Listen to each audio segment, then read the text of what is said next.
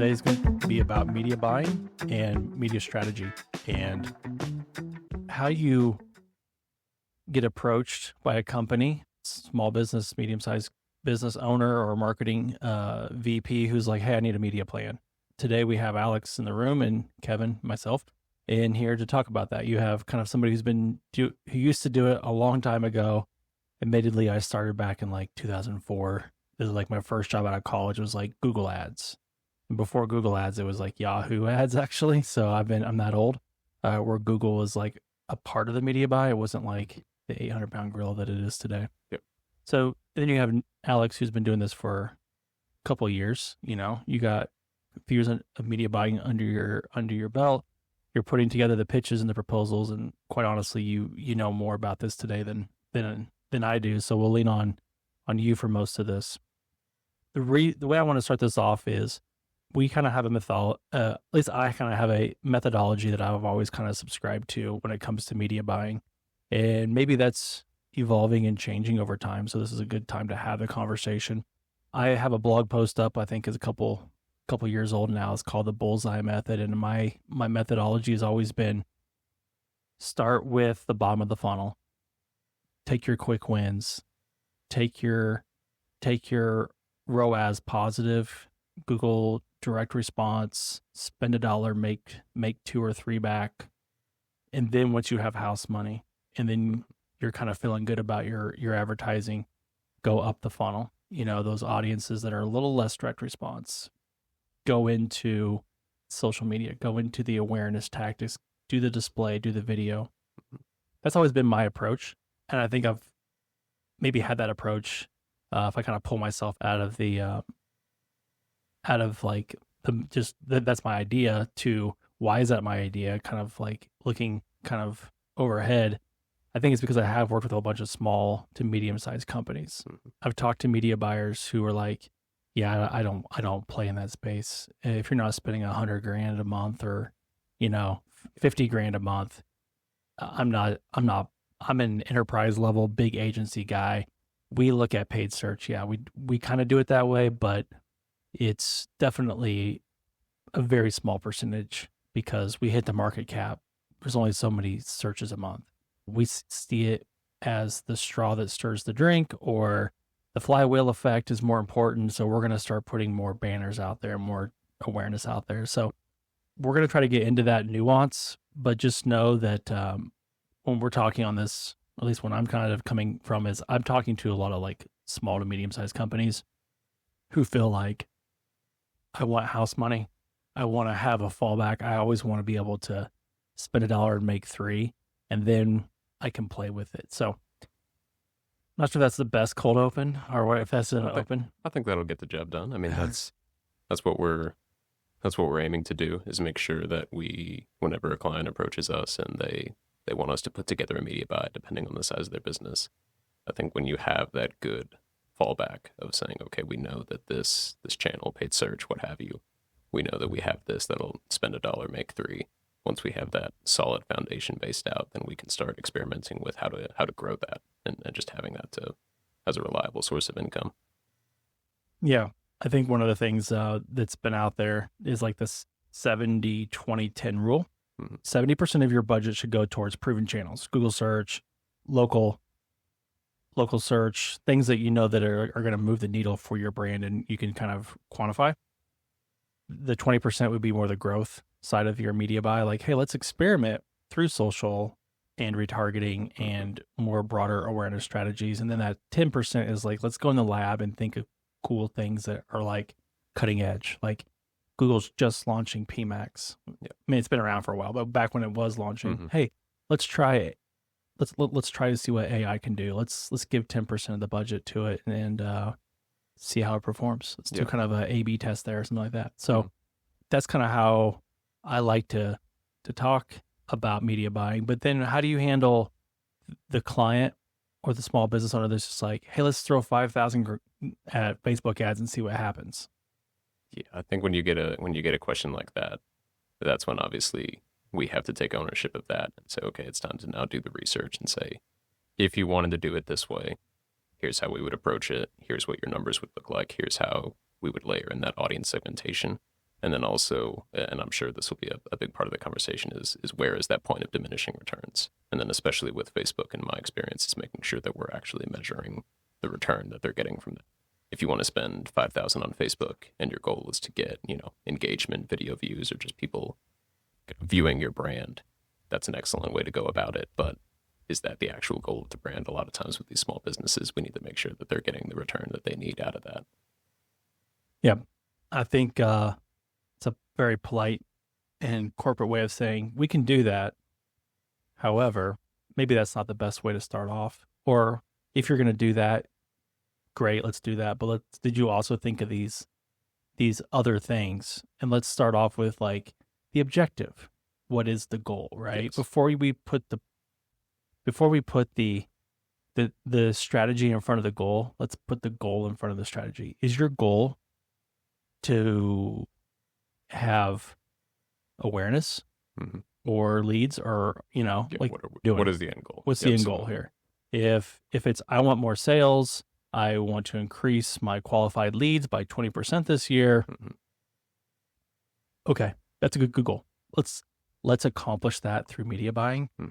Let's not say I want to spend $5,000 on Facebook and also do the lead generation goal. By the way, that's my other goal. Let's start with the goals first, and then we can kind of back into, okay, well, what's your product? What's your service? Yeah.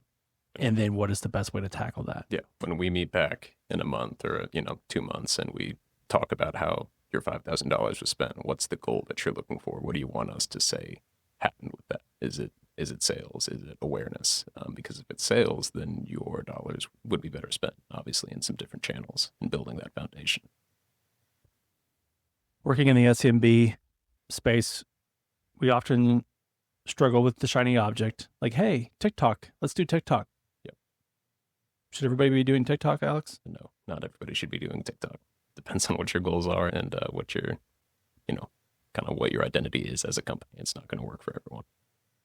I feel like there's like a slow down, think about it before you just kind of like ideate on some of these things. Like, TikTok works. The reason you're thinking TikTok might be a good idea is because you see people doing TikTok ads all day, or you see ads on TikTok. Do those products and services match the products and services that you as a business owner are trying to grow and sell yourself? What works on TikTok is makeup, hair brushes, and, I don't know, like little like fashion kit stuff and clothing and these slippers and this cute, and, maybe this pair of earbuds or whatever, right? Yep. And then you got the little banner, below, or the click the link, and then they can purchase it directly from there. Influencer campaigns. Yeah. So why wouldn't my HVAC company want to run TikTok ads then? Yeah, exactly. How many clicks do you think you're going to receive to your HVAC website from your TikTok that are actually going to turn into business? I'd wager it's a very... Are you saying that my SaaS company isn't going to get flooded with request demos? Because I think request demo ads would be great on TikTok. I think we'd have to look at the data to determine. Right. That would be my response. Maybe Yeah, it's different strokes for different folks, and you have to know who you are and what you are first, and define those goals. Yeah. I think that's very foundational. And sometimes the shiny object and the cool new idea isn't always fully cooked, and that's where I think working with an agency like ours comes into play, because we're like, we do this every day, all day. You can fact check me against ChatGPT, but I think I'm right. This is not going to work out for you. If you're going to give me an idea like, hey, let's go spend $5,000 on Facebook and see what happens, I'm going to probably punt that. I'm going to say no, because I would rather not have to face the music 30, 60 days down the road and go, yeah, I'm just that agency that takes your money. I'm too old, been doing this too long to be messing around with those people. I'm going to tell you what's going to work, and we're going to do that. Or we're probably going to say there's a better agency for you down the road that would do, that would let you play puppet master, and you can pull all the strings, and then you can yell at them when it doesn't work. Yeah. And you don't want to be in those meetings where it's, okay, we've now seen what happens, and it's a lot of clicks with nothing behind it, or a lot of views and Right. minimal clicks to your landing page. Yeah.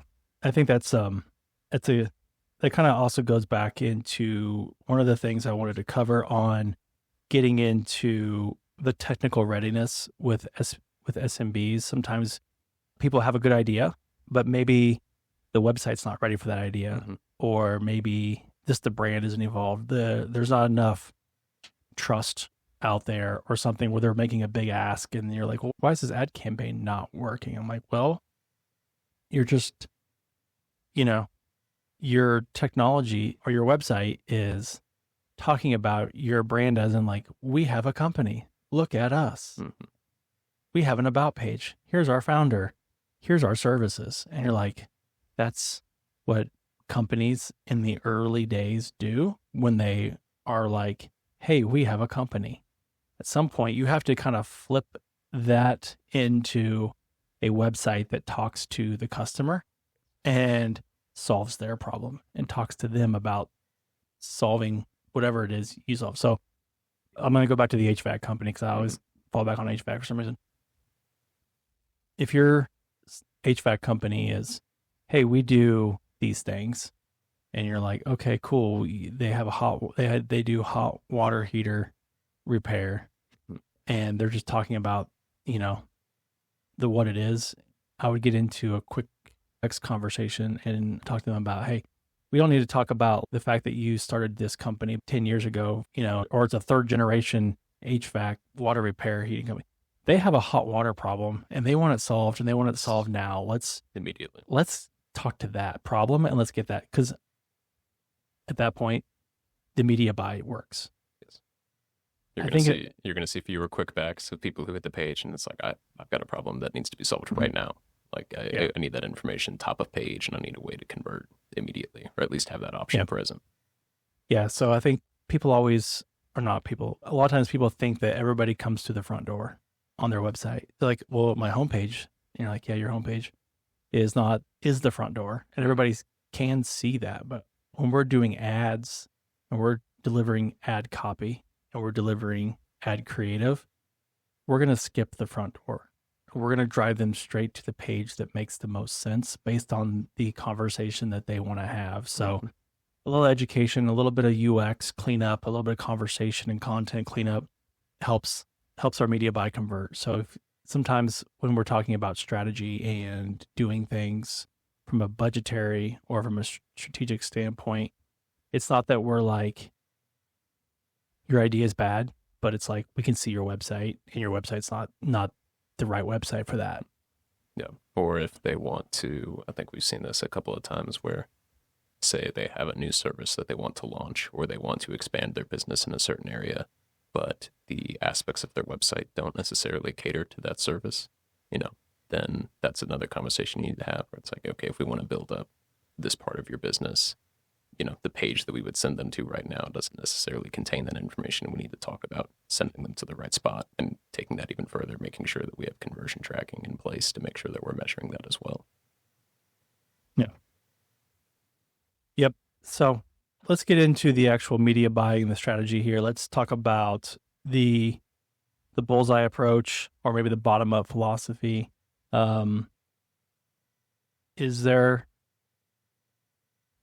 a reason we do that, or I suggest that you do that? Mm-hmm. What's the point of starting with PPC and Google Maps or local service ads or any of that? Like, is there a reason why you would put your first dollars in that bucket?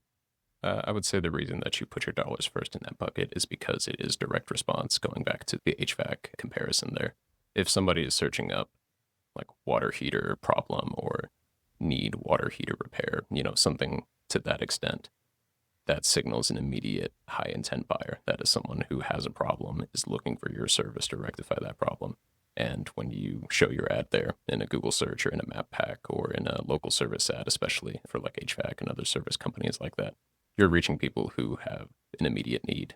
And when you speak to them like that and can get that immediate return, you have conversion tracking. We know that they became a lead, or that they purchased your service. If it's they're buying a new water heater, they're buying your service, we know what that value is and we can assign that and make those decisions. That's why you have it there to start, is because it provides that clear and obvious return. You know how to scale with that. And then once you get to the awareness things, when you're trying to build it up outside of that, that's where you start to, that's where the measurement becomes a little more difficult. It's not as easy to say, okay, we spent this much and made that much back. You've got to have the additional measurement in place.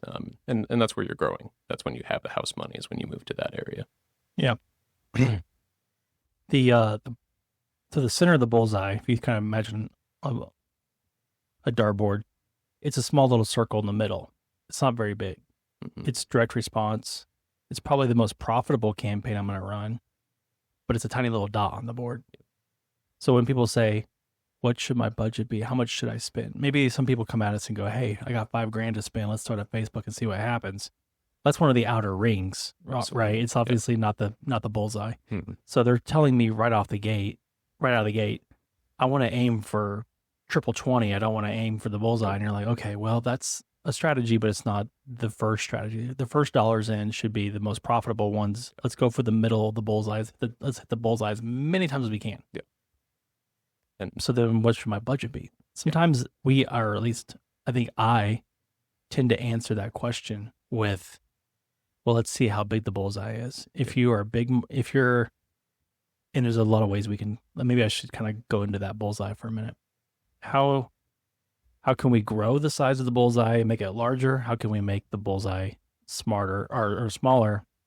Often depends on some things that we can kind of play with, right? Mm-hmm. So location, geography, population density, those are direct response calculations that are going to immediately dictate how big the bullseye, and maybe we can use the word market cap for your service is.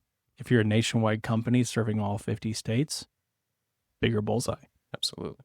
If you're serving the county, smaller bullseye. Yeah. And you can layer in so many things there. I mean, obviously location, all those things that you mentioned too, but then you can also layer in demographics. You know, if this is a service that's more popular or more common in a certain age range and we exclude, you know, the 18 to 24 demographic in there, okay, your bullseye is continuing to get smaller.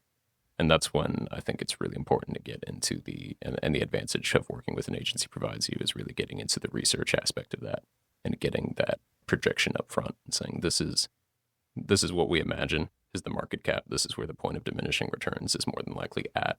Here's what you would need to spend to capitalize on that. And here are the ways that we're also going to make sure that, you know, spend is the limiting factor there. It's not anything to do with your ad rank. It's not anything to do with the website.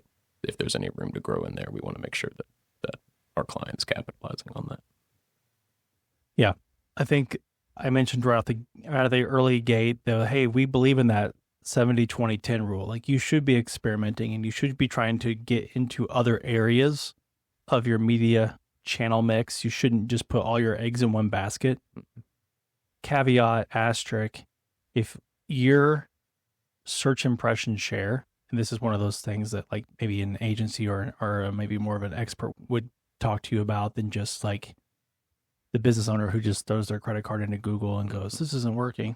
We can get into these search impression share loss. Search impression share can be lost by budget. And if search impression share is lost by budget, I'm going to pull back on that 10% and that 20% rule and say, you're still not giving me enough money. You're leaving profit on the table. Absolutely. Give this time to run, give this time to cook, and you'll be much happier doing the max out the bullseye method first before we start playing in other spaces. Yeah. And that in our conversations, I feel like that's often such an eye-opening conversation to have, is saying like, these are your key terms. This is our campaign that when we talk every month, we know that this is the real revenue generator for your business. Yeah. And you are not showing up a certain percentage of the time just because of budget. You know, there are people out there are high intent customers that you're not reaching, and there's room to grow in there. That's what we use that for. Yeah. I'm going to give the pros tip here, the Uber nerds, if there's any other experts and agencies out there listening. The optimal search impression share is not 100%. It's probably more around, I would say 60-70%. I would agree. Alex is probably hasn't been around as long as I have, but back in the day, Google would tell you what your average position was in Google Ads. They'd be like, your ad is averaging position 1.3. Your average position is 2.4. Your average position is 3, whatever, right? You would know based on the bid what your bid would equate to as far as average position. And then there was a brief period. Google kind of transitioned this out pretty quickly. But I would say there was a 6 to 8 month crossover. I could be way off on that. It could be longer, shorter, but in my head, it was like 6 to 8 months. And it was like, there was a time on Google Ads where I could see my average position and my impression share at the same time. Like, there's a micro minute inside of Google Ads. And I think if Google could do it all over again, they would have been like, damn it, we gave away too much. Yeah, can't be having that. But old people like me remember this. So there was a time where I could say, Google says my impression share is 60 to percent, 70%, but my average position is like 1.1, 1.2. What are you doing, Google? How is my market cap, or how am I not? Why are you telling me I'm leaving money on the table? Mm-hmm. When you're showing up, yeah. And when you're showing up number one, right? Yeah. So I think we all kind of saw that and laughed and go, ha ha, Google, you're just trying to make more money, right? Yeah. If Google tells you, hey, you're crushing it, you can't spend any more money, that obviously hurts the Google stock and the we're here to make money machine that Google is. So from those days, probably like, I don't know, this maybe it was like 10 years ago at this point. I'm getting older by the minute. That still sticks with me. I go, I'm not aiming for 100. I'm not even aiming for 80. I'm thinking 60 is money. That's where the point of diminishing returns kicks in. And we can also kind of reverse engineer that and go, yep, sometimes we spend more money than we should on the bullseye. And there is a point of diminishing returns. There is, yeah. And it also, one of those things too that we like to take a look at, going back to talking about the position, is like the absolute top of page rank, what that percentage is. If you see it in the auction insights, if you're trying to evaluate your performance against competitors, seeing how often your ad is number one, that also helps out with evaluating where that point of diminishing returns is, and checking yourself against Google, because it is the money machine that you described. They don't want you to keep, they want you to keep spending money, and they're going to make sure that they're not giving out that signal to pull back if they can help it.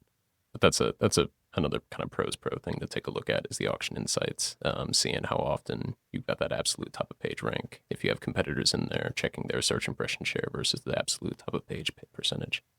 That's a helpful thing to think about when planning your media spend, and when we talk about pivoting as well after the initial plan, when you have some data, seeing what you're getting versus the projections that you started out with, and making the necessary change after that. Yeah. We as digital media strategists know we're never going to be as good as on day one as we are day 30, and then we're going to be even better day 90. That kind of talks about, doing a steady pulse campaign versus like a flash in the pan. Hey, here's $5,000. Let's see what happens. And if it works, we'll keep going. If it doesn't work, then we're going to turn it off. You're like, it's not going to how it's not the way to do it. It's not how the big boys do it. You got to have some awareness and some consistency out there. And maybe before we go down that, let's just put a bow on. We know you cannot throw an infinite amount of money down the best channel. The best channel is a bullseye. You should aim to try to max that out as much as possible. And then when you see that ROAS slip, you start seeing things happen. That's your market cap. And that could be a lot of people's cap. They're like, you know what? I'm happy there. I'm getting my leads. I'm getting my sales. My company's growing. I don't need to play in those other spaces. But we also know that that's very bottom of the funnel. In the audience world, that's just direct response. And if you're happy, great. But when then you are playing with house money, and you do have competitors out there, and cost per click seem to go up and up every year, maybe every month, everything is every just, couple of months. Every couple of months, Google's like, let's crank the screws up on these people. Yeah. So your CPCs get to a point where, okay, now we got to play with match type. Now we got to play with like broad match, and AI has to get involved to try to make this even better, right? So we're always trying to get better. But at the end of the day, you have to remember the bullseye is the smallest circle on the board, and there is a cap. There's not an endless supply of people lined up around the corner to buy what you're offering. You know, so max that budget out first and then go out to the next circle. And what is the next circle? It's not TikTok? I don't think it's It's TikTok. not, okay, shoot. Dang, I was hoping We'll get there. okay. Is it YouTube? Is it, what is it? I would say the next, or a major component in our media planning would be retargeting, depending on your business. Bingo. Nailed it. There we go. Yeah. It's a middle of the funnel audience, right? Mm-hmm. There's the direct response, and then there's right above that is retargeting. Mm-hmm. The warm and friendlies who have hit your website. They kind of looked like they were interested. Yeah. They were on my website yesterday. Yeah. Why don't we show them an ad? Why don't we show them back there? Amazon does it. Mm-hmm. If Amazon does it, why don't we do it? Makes a lot of sense to me. Yeah. You know what? I almost bought that pair of shoes on Amazon yesterday. Yeah. And I told myself, Kevin, you don't need another pair of shoes. But gosh darn it, those shoes are following me all around the internet. And then they catch you in the right mood a day later, a week later, even a month later. And there it is. They're like, oh, you know what? I do like those shoes. I am going to pull the trigger on those shoes. You got me, Amazon. That's the tier 2 strategy. Mm-hmm. After you max out that bullseye and you're like, what's next, Alex? Retargeting. Yeah, we can add on retargeting. There's a lot of other ways that you can attack something like that as well, especially with display. There's a lot of audience segments that you can layer on in there. You can build out custom segments that are fantastic where you can really build out a better picture. It's not exactly direct response, but we know that we're targeting a much smaller audience through display ads. Get creative with what you're showing them. But yeah, especially in the retargeting world, just reaching out to those warm and friendlies. They've already interacted with your business or they've already viewed a product on your page, going back to your Amazon example. Stay in front of them. The engagement might not be what you're seeing on the direct response because how could it? But you're still reaching out. You're still generating value for your business. Even if they don't click on your ad, that brand awareness is really valuable. And that's the conversation we have with clients very consistently. Yeah. And we're pretty good at doing the technical setup on it too. Like I've seen big brands that I have converted on and I bought their product. I'm a client. I'm a customer. SEMrush, you come to mind. Sorry, I'm going to name names.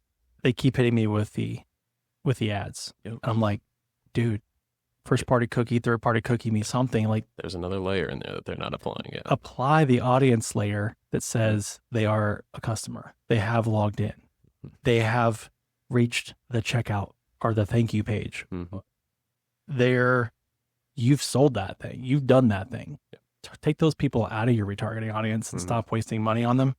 That's one of the biggest things that I think is funny to watch as a media buyer. Cause I'm like, why do the big companies, the ones that are spending hundreds of thousands of dollars in media every month, get it wrong? Yep. Like, call me, let me fix that for you.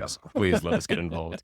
Or I find it a lot too if I get because it can go the opposite way. I think of like a handful of brands that have that I know I'm in their retargeting audience or whatever it may be, and I get 5 of those ads a day, and it starts to build no frequency capping. Oh, frequency capping is a Yeah. big deal. Yeah. Yeah, that's one of those things where I see that as a buyer or as a media buyer, and you think, what is going on? It's such a. I think frequency capping kills me, like sitting at home in front of the TV more than like on the internet surfing. Like I can deal with a sidebar banner ad that I'm not going to look at anyway, right? I'm like, that's not really in my way. It's probably an ad it's a banner that I've seen 10 times, but I'm not going to like complain about it. We've had some YouTube ads and some of our clients go, hey, I gotta remember last week, one of our clients was like, hey, this person reached out to me on my website and said that they're seeing my ad too much. Yeah. And we're like, okay, we'll put a frequency cap. Yeah, we'll lower. We'll lower the frequency cap down because you can do a frequency cap a couple different ways. You can do it by impressions per day, impressions per week, I think even like by hour even. Yeah. So it's like have like the Olympics, right? Just happened. You're sitting at home watching the Olympics. Did you see the same 5 ads over and over and over? And I'm like, a little bit of media mix would be great here, NBC. Yeah. Like throw in a side something. I have seen this. I know they're getting jillions of dollars on these ads, so that's not like a good comparison. But when you are on YouTube and you see those sponsored ads, or you're on something else and you see those same ads over and over and over again, even like on YouTube TV or Hulu, yeah, God, can we diversify. It starts to build that negative feeling towards it. You get a negative feeling towards that brand. You're like, I don't want, if I have to watch one more Wegovy commercial or whatever, you know. Oh, yeah. I know exactly the one you're talking about. I don't even know. It starts to really wear on you. And that's, you know, you're now, I don't know, I've said this a handful of times, you're warm and friendlies, for lack of a better term, the people who were interested in your brand. And now you're starting to have that opposite effect on them. You got to manage that. And you have to also measure that, you know, you have to see that in the reporting. What's our engagement rate look like? Like, our numbers are up, but our engagement rate is going down. Okay. There's a couple of different things that could be. Maybe it is the frequency cap. Yep. And after running hundreds of companies, thousands of campaigns, and millions of dollars in ad spend, we can say pretty confidently, the Bullseye, the direct response, is the number one profit machine, and the ROAS and the ROI on retargeting is the number two. Mm-hmm. The CPCs are pretty cheap. They're not like crazy expensive like maybe some of the keywords are, but that audience that comes back to your website, kind of like I am going back to Amazon, hat in hand with my credit card, going, okay, I guess I'm going to buy those shoes now. It does convert at a much higher rate. Mm-hmm. As we go to the next outer ring of the bullseye, and we're starting getting further from the core of direct response and people who are warm and fuzzies, what do we have? What do we have next? Well, there, I would say that's when you would layer in your YouTube, your CTV, OTV, all those other online videos. Social media. Social media would be in there as well. Absolutely. That's where you get to the TikTok, those more awareness-based plays where you're reaching a larger audience, where you're not expecting them to, you know, maybe make that purchase on your website. You want to get your brand in front of them. You want to stay top of mind. That's where you start layering in those different channels. Especially in B2B, or like B2B goes to LinkedIn, right? Mm-hmm. And we don't expect direct response to perform as well on a LinkedIn ad as we do as a Google ad, because somebody looking for a B2B partner on Google is in a much lower audience funnel. They're like shopping. They're looking for you. Why would they not fill out the form? Why would they not call you? Why would they not engage? Somebody on LinkedIn who is like, and then I guess we can kind of get into like call to actions a little bit, but like if it's a case study or a white paper, or if it's just a look at us kind of ad, you know, look at our latest portfolio or project, or, you know, those are always fun and engaging ads. Or, you know, sometimes education goes a long way towards getting people to engage with your brand, because you're not just sell. You're kind of putting some thought leadership or some sort of like extra sales oomph out there to be like, hey, before we get married, you know, let's go on a date, let's talk about some stuff, and let's like just show you some of this cool stuff that we have, and then we can get into the conversation of, do you want to work with us or not? But it's a slower, longer process, and that's where we stopped talking about house money. We're like, the house money was in the bullseye. The house money was maybe in the retargeting campaign. This is strictly the flywheel of branding and getting your name out there. And this is where the let's spend $5,000 and see what happens, absolutely 100%, doesn't pay you back.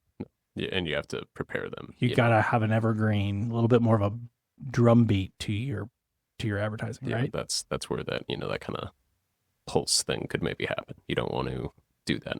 Obviously, your bullseye, that's your steady, your evergreen. This is where we want to spend the most money when we reach that point of diminishing returns. And then, when you get to that outer layer, that's where you have to have the conversation about, this is not going to be, you know, we're not going to be looking at this on the report and see this chart, you know, just going up and up and up in terms of, you know, conversions tied directly to your video ad or your social media ad. This is where we talk about brand awareness and staying top of mind. Right. Let me caveat this whole, what I just said with the asterisk of, this is 90% of what we do. We do service-based clients, SaaS, B2B, even like the B2C stuff that we do is largely service-based, you know, HVAC, landscaping, legal, whatever it might be. It's a conversation. Mm-hmm. It's not a enter your credit card. But when we do have those clients,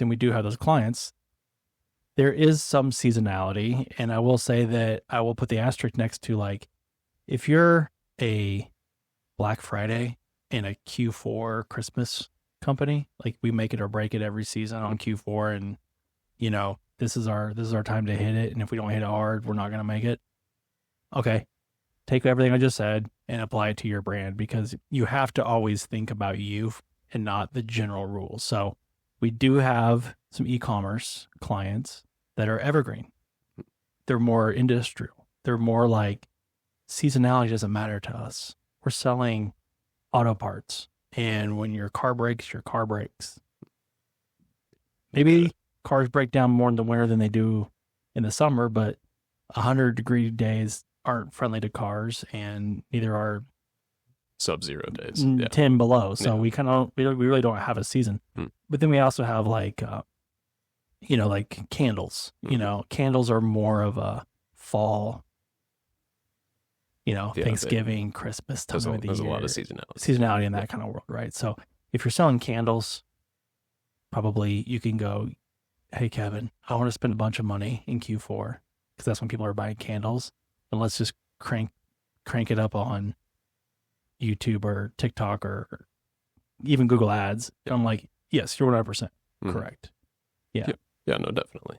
And I would say too with that, like, that's an interesting one, because with them, we've also, or with those type of clients too, largely we're running them throughout the year as well, and we're able to see kind of what that performance looks like, and then we're able to build and scale that up to the point where we can say, okay, once we get to that portion of the year where the seasonality is in play and we want to increase the budget, we know what that should look like, and we have the data that's going to allow them to scale up like that. Yeah. We do. We've been doing that. We've been doing candles for like 10 years. I've been doing it for a long time. And then we also have like coffee and some of those like wintry drinks that tend to sell more, coffee sells in the winter, ice cream sells in the summer. So if you're one of those companies, I just want you guys to know that we're smart enough to kind of think, here's the general rule. Like here's how this works, and then asterisk and apply it to your business. And I think that's what small businesses want to hear, is like, okay, you're smart enough to understand how the concepts, and you can go to college and kind of get the 101 class out of this. Now it's my turn for my company. How are we going to do it for me?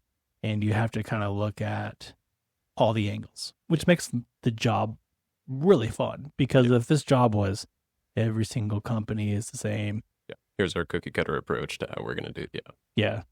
Now I'm just selling you, do you want the gold or the platinum package? We're not doing that. But I was going to say that's an important to your asterisks on how that all goes. Yeah. That's the part where you really get to show off your expertise and really help out a business, which is super rewarding, is to take a look at what they're doing that's working, what we can add in there that's going to help them out, and really just formulate a plan, because no two plans are the same for businesses, because no two businesses are exactly the same. What works for one may not work for the other. There's just so many layers to what you need to target in a really solid media buy. Yeah. I keep saying yeah after everything you say. I'm like, yeah. Anyway, the budget question comes back to into the circle now, right? Mm-hmm. I'm like, how much should I spend on ads every month, Alex? You told me what my bullseye market cap budget is. I should probably spend $5,000 there before I spend $5,000 on Facebook. But how much should I spend on YouTube and Facebook?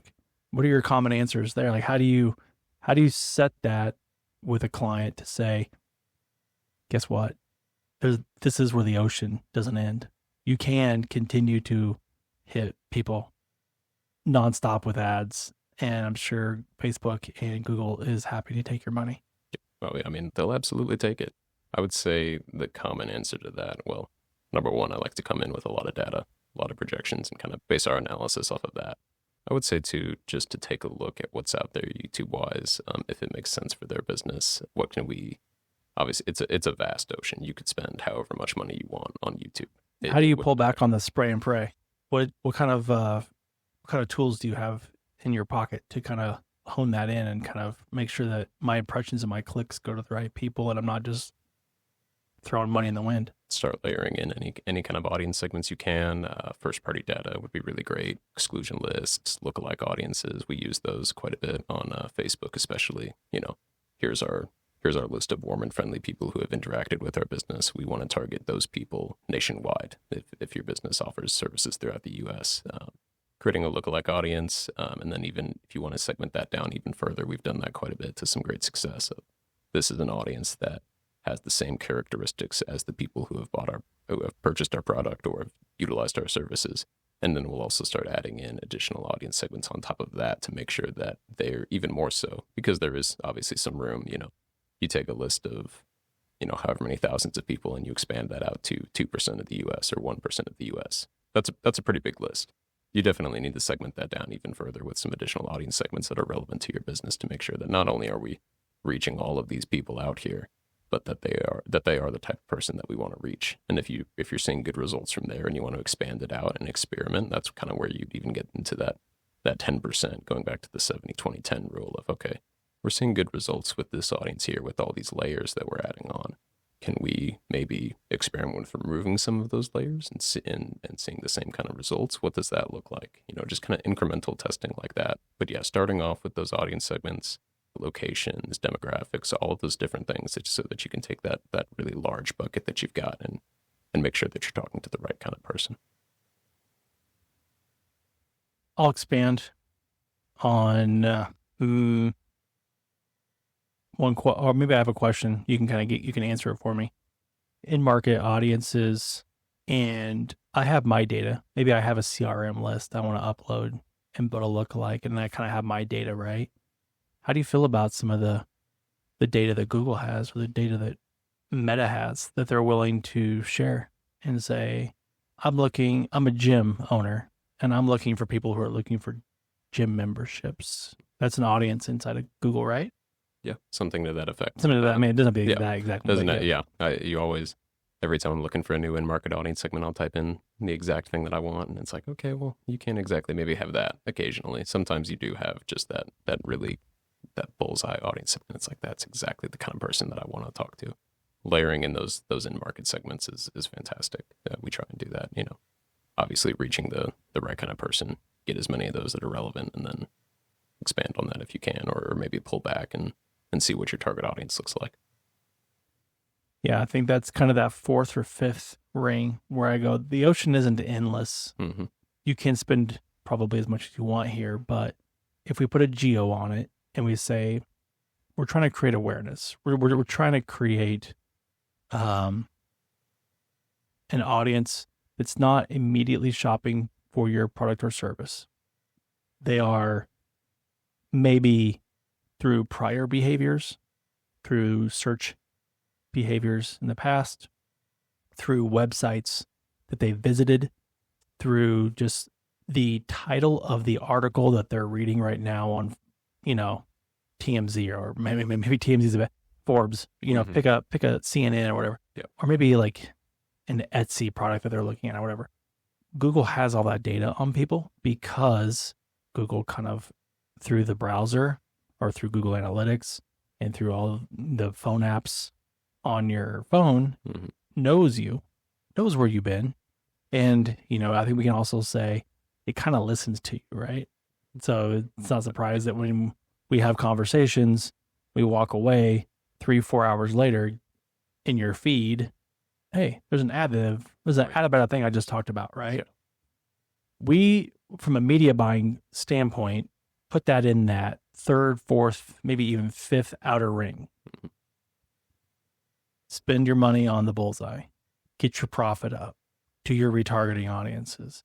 But those retargeting audiences come in two different ways. It's almost like the cookie, like you have your direct response crust and your programmatic wide open display crust. And then that retargeting gets used in the middle over and over again. And it's getting fed through the top and the bottom. Yeah. And so you're retargeting those people as well. So when you continue to go up the funnel or expand the bullseye, whatever visual in your head makes most sense, using some of those AI and audience signals kind of helps you kind of find the edges of the ocean and go, well, I do want people who maybe have been talking about this, which is kind of weird to say, even as a person who's in this industry, like we're targeting people based on the conversations they're having. Yeah, we are. AI is kind of doing it for us. We're not really in those weeds. But if they're contextually targeted based on content, if they're search retargeted based on prior search, keywords that they've typed in, if they're labeled as an in-market audience persona because they were, let's go back to the gym membership. Mm-hmm. Guess what? They were shopping yesterday for Gold's Gym's membership. They were looking at Planet Fitness. They were looking at somebody else's that's a quote unquote competitor of your website or your brand.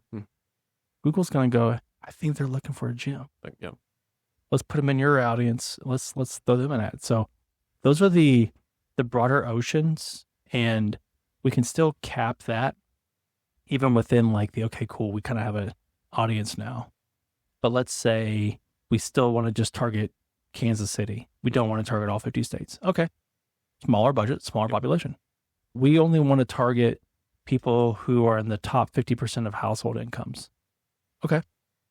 Now we're just whittling and chipping and whittling and chipping and whittling and chipping away to where that once huge ocean of everybody becomes smaller by demographics, smaller by geolocation, smaller by socioeconomic status, smaller by the kind of car that they drive. Mm-hmm. That's where programmatic and CTV and OTT have really gotten into.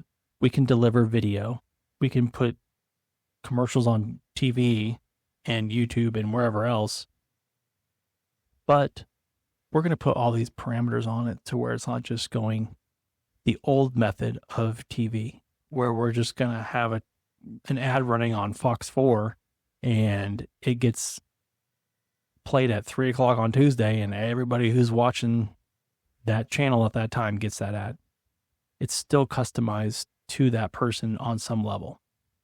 You want to add anything to that?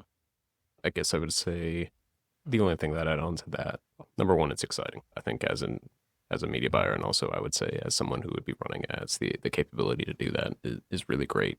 Being able to see the returns and also the technology that those platforms have to measure the effectiveness of that. I don't know if we've talked about conversion fences on the podcast before and about seeing those returns, but being able to say that this person viewed your ad, whether it was on CTV or any of those platforms, and then ended up back in. I forgot about geofencing. Yeah. I didn't even cross my mind yet. Yeah. Geofencing, geotargeting, and then having that conversion fence. Is that what you're talking about? Yeah. If and we do this with a handful of our clients, if they want to target specific events, if it's some kind of conference or event that they want to, they know that their target audience is going to be there, the people that they want to talk to. We can draw a fence around that specific area, capture those people, and then if they, when I say conversion fence, to clarify, if they then go back to a location that we want to have marked as a conversion, if it's a campus, for example, or a physical store, getting those people inside your door. This works for conversion. Yeah. Golf courses and restaurants has been a backbone for this. Hypothetically, let's say you own a chain of restaurants, let's say Hula Hands, right? Owns like 5 or 6, maybe they used to own 5 or 6 locations in Kansas City. But they're kind of like all over the place, right? We know that a Hula Hands restaurant goer looks also an awful like or similar to somebody who might go to Old Chicago or Applebee's or Chili's, maybe, some of those places. They're still sit down, American style restaurants. It isn't too hard to reach out and go, hey, let's tag all those restaurants that are not our restaurants. And then let's tag our restaurant as the conversion fence and see how many people we can move from geo target A into geo conversion fence B. And that is all done through GPS and geolocation and tagging people's phones. And it's just extremely exciting, the capabilities of that, and being able to, again, you take this wide open ocean and then whittle it down. You can do that for a couple $1,000. And it's not, and those are the flash in the pan stuff. When it comes the pulse versus the flash, do that if you're a restaurant and you're open every day, do that every day. If you're a conference or if you're a B2B business, even like B2G, and you got like a government contract and you're like, how do I go get more government contracts? Well, this weekend at Caesar's Palace, there's going to be 10,000 people in the convention center that you want to talk to. Tag their phones. Tag their phones. Hit them hard for that. Get everybody tagged that weekend that walked in and out of Caesars. And then for the next 30, 60, 90 days, you have a cookie on that, and you can pump them smads. You can tell them, give them a message that you weren't able to give them at the conference.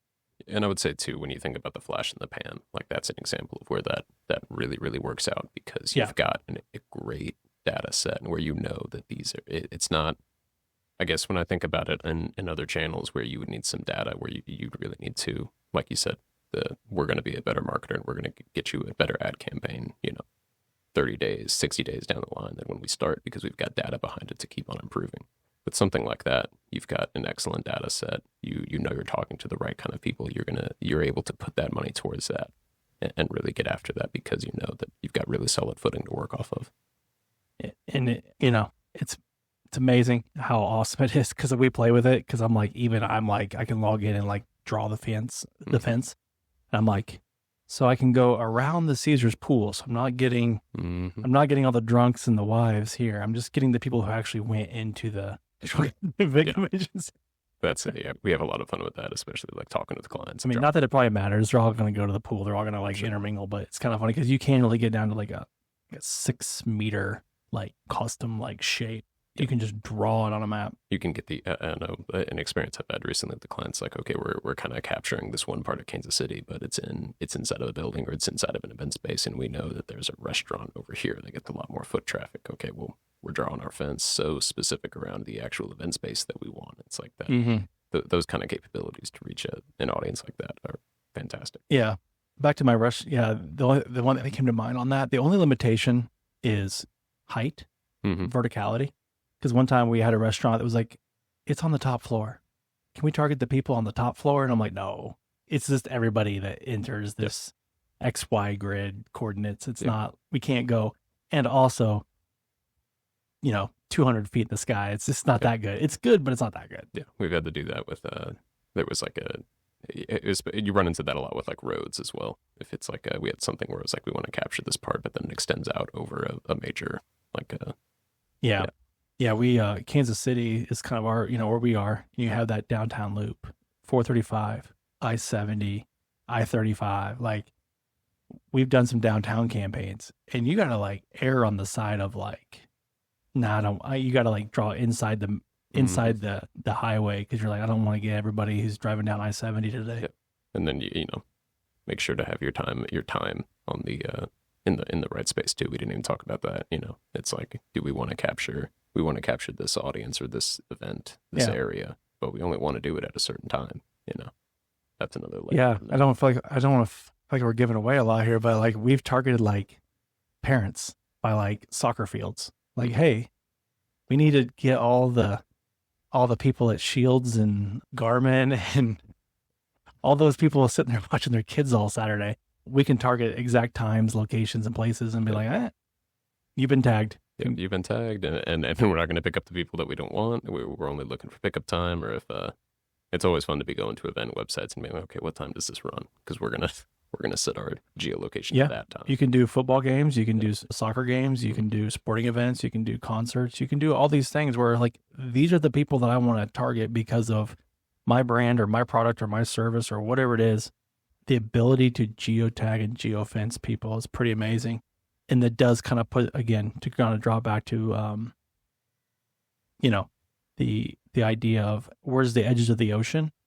We can kind of help you draw those edges of the ocean, or at least say, if I was going to spend another $5,000 or another $10,000 or another $20,000, there are some shapes, literally shapes on the map, or just some like personas or some ideas that we can kind of draw a bridge to and go, let's just do that. We're not big pharma. We're not just trying to spend $1 million to spend $1 million. No. Cool. Well, I think that was a pretty good exploration of the outer ring. We can do social media. We can do programmatic. We can do the CTV, the YouTube, the geofencing. The creative is the other point I wanted to make, which is sometimes working with small companies, creative is prohibitive.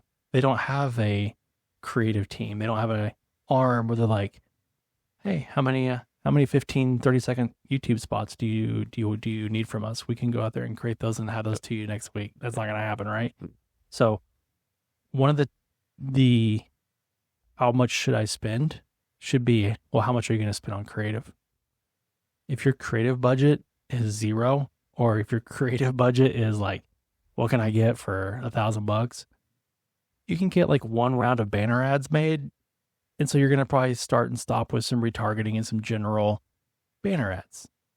If you really have a high production, or if you want to pay for a high production, awesome creative TV spots, like if you're going to pay for a Super Bowl commercial, you're going to put a lot of money into the production behind the Super Bowl commercial, because you're not going to want to just wind up and land some lame Super Bowl commercial, right? It's going to work against you. It's going to work against you. So one of the, I think the schools of thought maybe be like, hey, your creative budget probably should be like, what do you think? 10, 15, 20%? Yeah, gosh, I was going to say. It can't be that high. Yeah, it can't be too. I was going to say probably about, depending on what you're looking at, video, banner, all of that. Yeah, 20% would probably be about right. Or I'd cap it out even. Yeah, cap it out at like 20. Yeah. I think 10's healthy. It depends on like how much you can kind of calculate it a lot of different ways. Is it a one-time splash? Is it multiple splashes over time? Are you going back to Flo at Geico and making 100 ads with her, or are you making one, right? But I think that's kind of one way to also price out your media buy, is go, well, my creative budget is 10 grand. I should probably spend 100 on media, because that kind of helps justify the investment we spent on our creative. Influencers are another thing that are that outer ring. A lot of people are starting to hire influencers, because in a way, the influencer is the creative budget. Yep. I got to pay celebrity or influencer X 10 grand or 5 grand just to promote my product on their channel or talk about me or whatever, right? It's like kind of like a little micro celebrity situation. Mm. And celebrities cost money too. Like if you wanted to, celebrity endorsement. If you want Patrick Mahomes to do your insurance ad, you're going to probably pay him a lot of money, but that should be a fraction of what the media buy is. That's why you see all those Allstate, influencers the same way.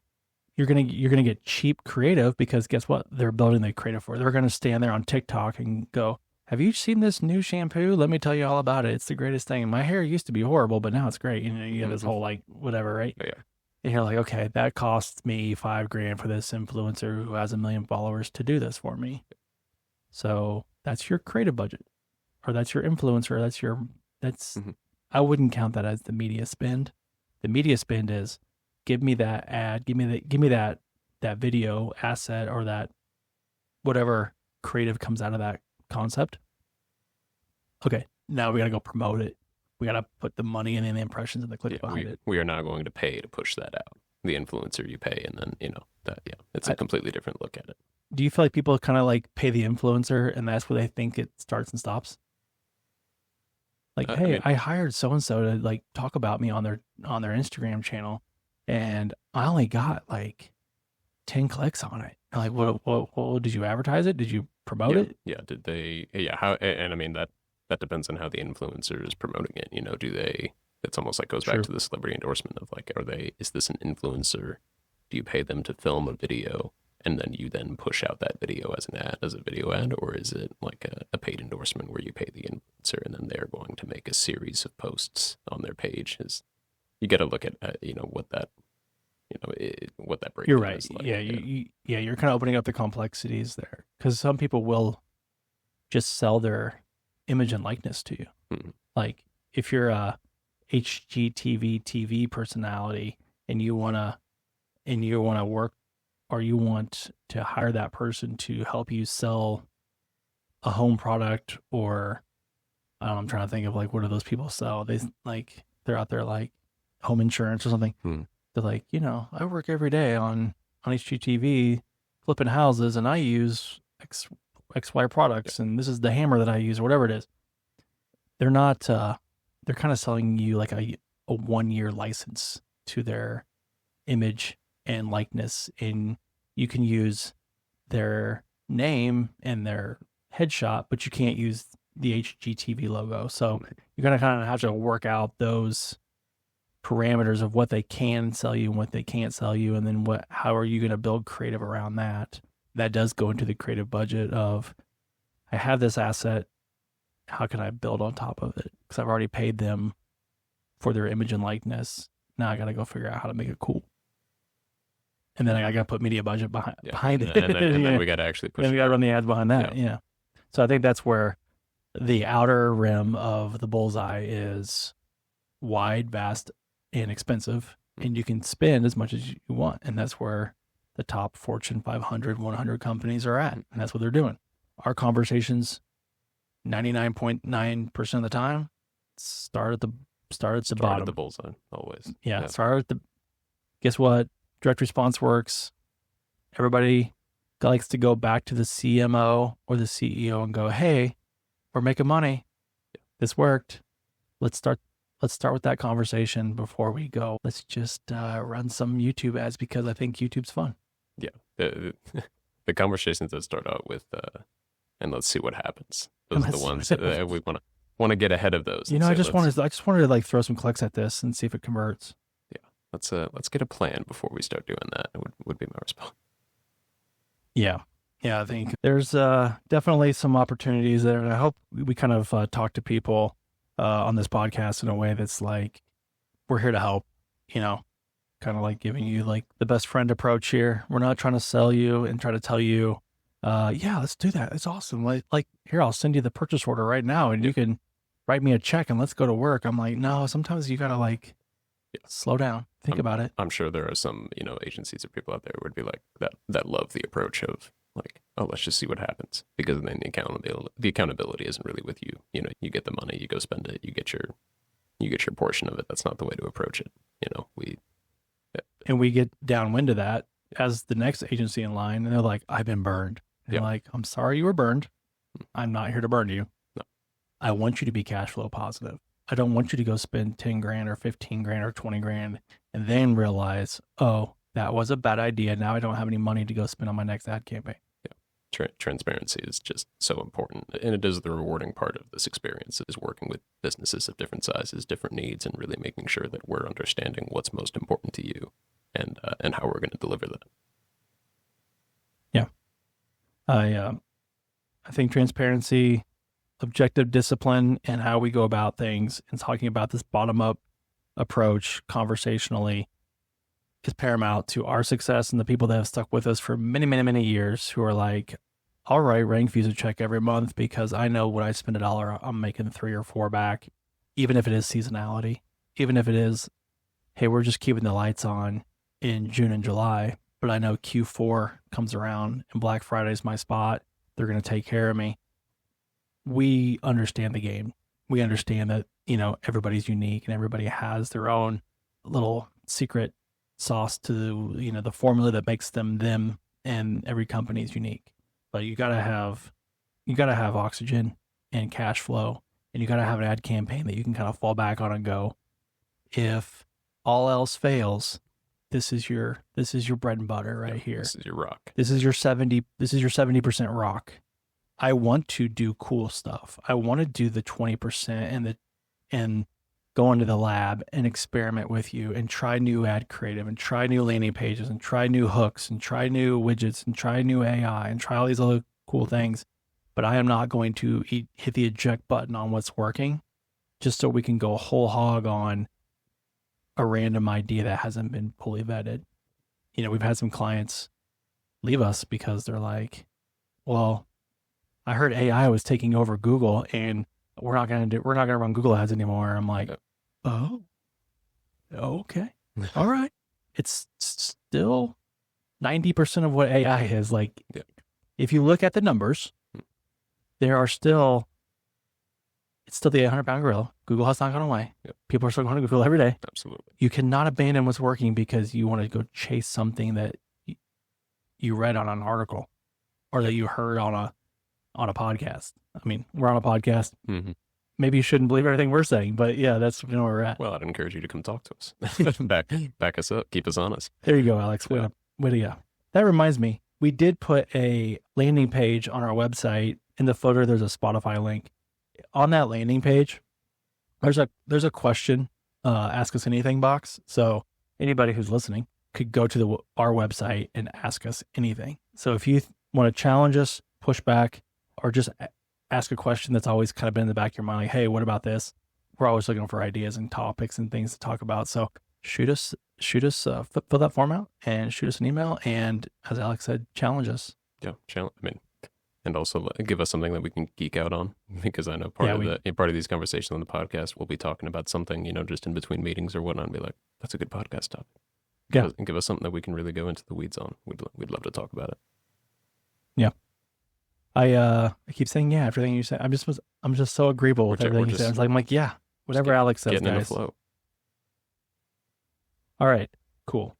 I don't know if I have a whole lot to add to this conversation, Alex. I could put a wrap on this, but I definitely want to throw it to you for any words of wisdom, since you are the smartest guy on this conversation. Well, I don't know about all that, but I appreciate your kind words. I guess, and I know we've touched on this before, but I really can't overstate it enough. When you talk about the media buy and you talk about what needs to work with your business, working with an agency, working with partners like us, and making sure that you're doing the research, that you know what you're getting into, you know what the idea of what you're going to receive when you build out your campaigns, when you build out the whole media buy, having that extremely solid foundation is just critical. But then beyond that, when you get the data, knowing what to look for, how to pivot, what's working, what's not, checking what your search impression share is, and then diagnosing those problems. That's how you get to that rock. I don't think you're, every time I can't remember an ad campaign that we've launched where we get it out of the gate and it's like, this thing is just as optimized as it's ever going to be.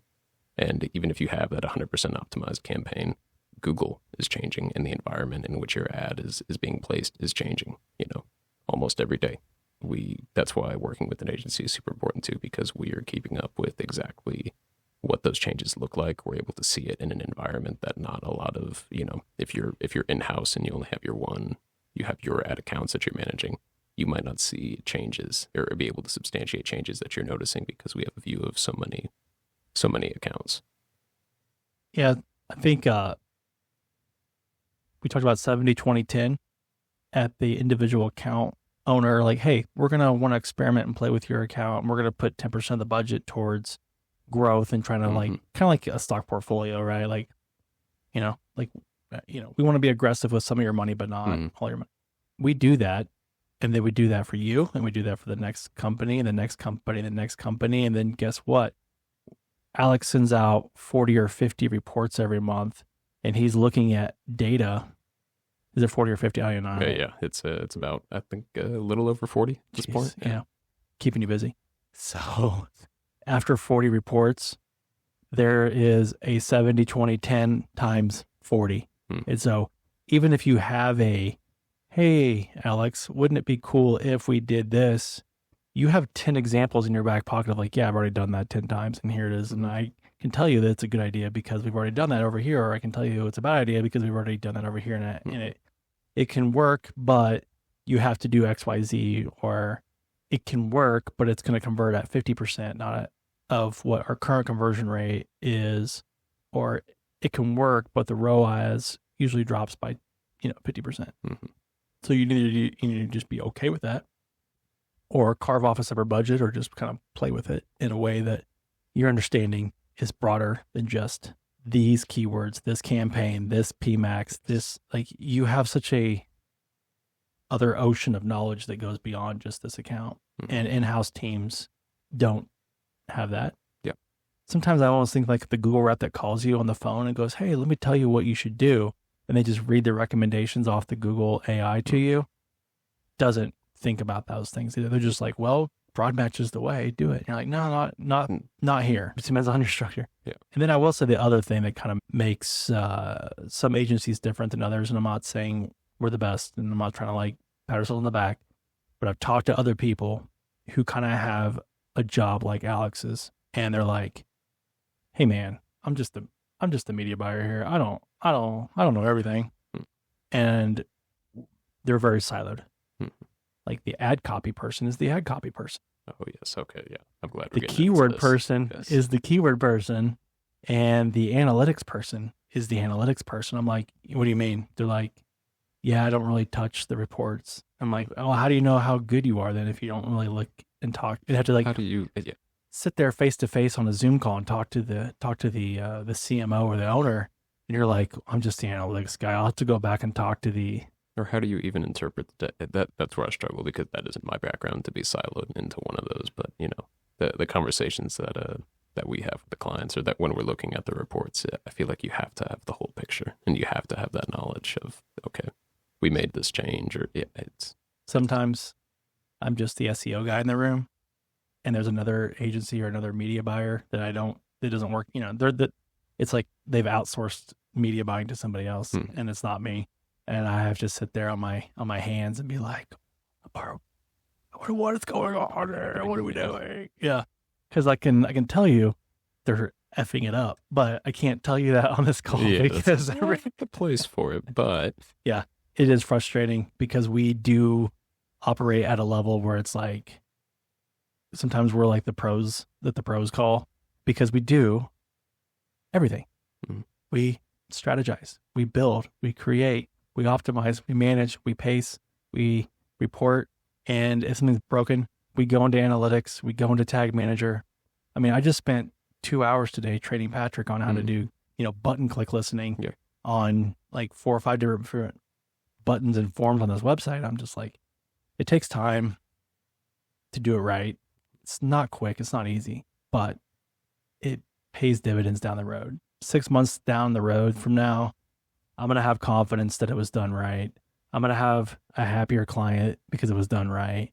And we're not going to miss conversions or not get full credit for the value of our advertising because somebody didn't tag something the right way. And now they're like, well, we didn't capture that because there's no thank you page on this form. I'm like, I know there's no thank you page on that form.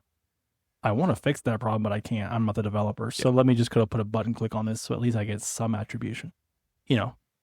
That's the media buying. I kind of went down a tangent there, but that's the media buying behind the media buying that not every media buyer has. Sometimes they're just, here's your ad copy. Here's your keyword list. Have a nice day. Well, and that's exactly like that kind of knowledge, like conversion rate optimization, those things, that is factored into our media buying. And if you were just a numbers person, if you were just looking at CPM, CPC, doing those projections like that, you might recommend a budget, sending whatever percentage to a service page that if you actually took a look at it, we'd be able to talk to the client and be like, we need to make some changes to this before we would send traffic. Like, this is just not, We're doing that right now. New, I don't know what her title is.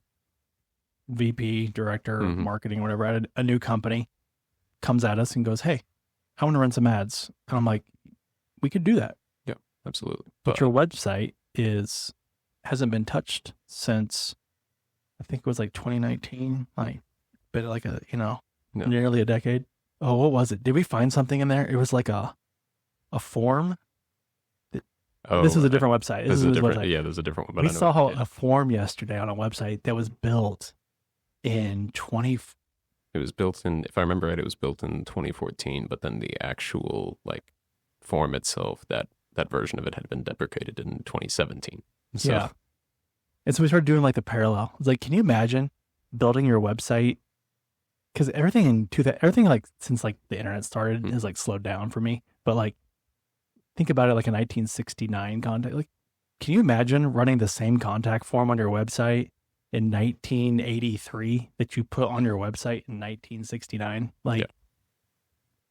The world changed. Yeah, decades have gone by. I immediately put it into thought of where I was at that time. I was like, that was a long time ago. Well, yeah, I think he said, I think a war started and stopped between that. Maybe it was exactly. I think the Vietnam War was oh yeah. That was our example. It was 67 to 83. It's like we had entered and left the Vietnam War. Yeah, sometimes your technology needs to be upgraded. Yeah. So we're not going to run ads to that yet. So right now we're in a project rebuilding a website, and we're going to start ads in May. We know that. They know that. We know that. Everybody's like, well, why don't we run ads now? I mean, not everybody, but I think the implied initial thing was, well, can we just run ads to this website right now? You're like, yeah, you can. Yeah, If you want to waste some money, you can. if you want do to waste that. money, if we want to, not have like that rocky start to our relationship, like this is just going to make everybody happier. Yeah, this is going to not work. Yeah. You're going to spend 10, 20 grand, and then you're going to go, well, that sucks. RankFuse doesn't know what they're doing. They don't know how to plan a media buy. They don't. And I'm like, our keywords and our ad copy could have been wrapped in gold, and we could have been the premier best agency ever. But if we're driving traffic to a landing page that is not built to perform and do the things that you want, call timeout. Yep. Pump the brakes. Give me 2 months. We're going to make this thing badass, and then we're going to go turn on the ads, and you're going to be way happier. Yeah. And if you're kind of segmenting that across different parts of your team, that kind of communication breakdown, It doesn't happen. Yeah. You're just like, I got a contract and a scope to do this. Yep. And you're like, okay, cool. That'll work for 3 months. And then they're going to call all pissed off and say, this isn't worth, let's cancel. Yep. So I think that's where we try to be a little bit different. So cool. All right. Thank you for that. We went on a tangent, but we're I don't think we're going to put another bow on this conversation, because every time I put a bow on a conversation, I started going We just down. keep on We going. keep going. Yeah. We're already 83 minutes in. So let's just say thanks for listening to anybody who made it this far. And we'll catch you on the next one. Thanks for listening. Thanks. Bye.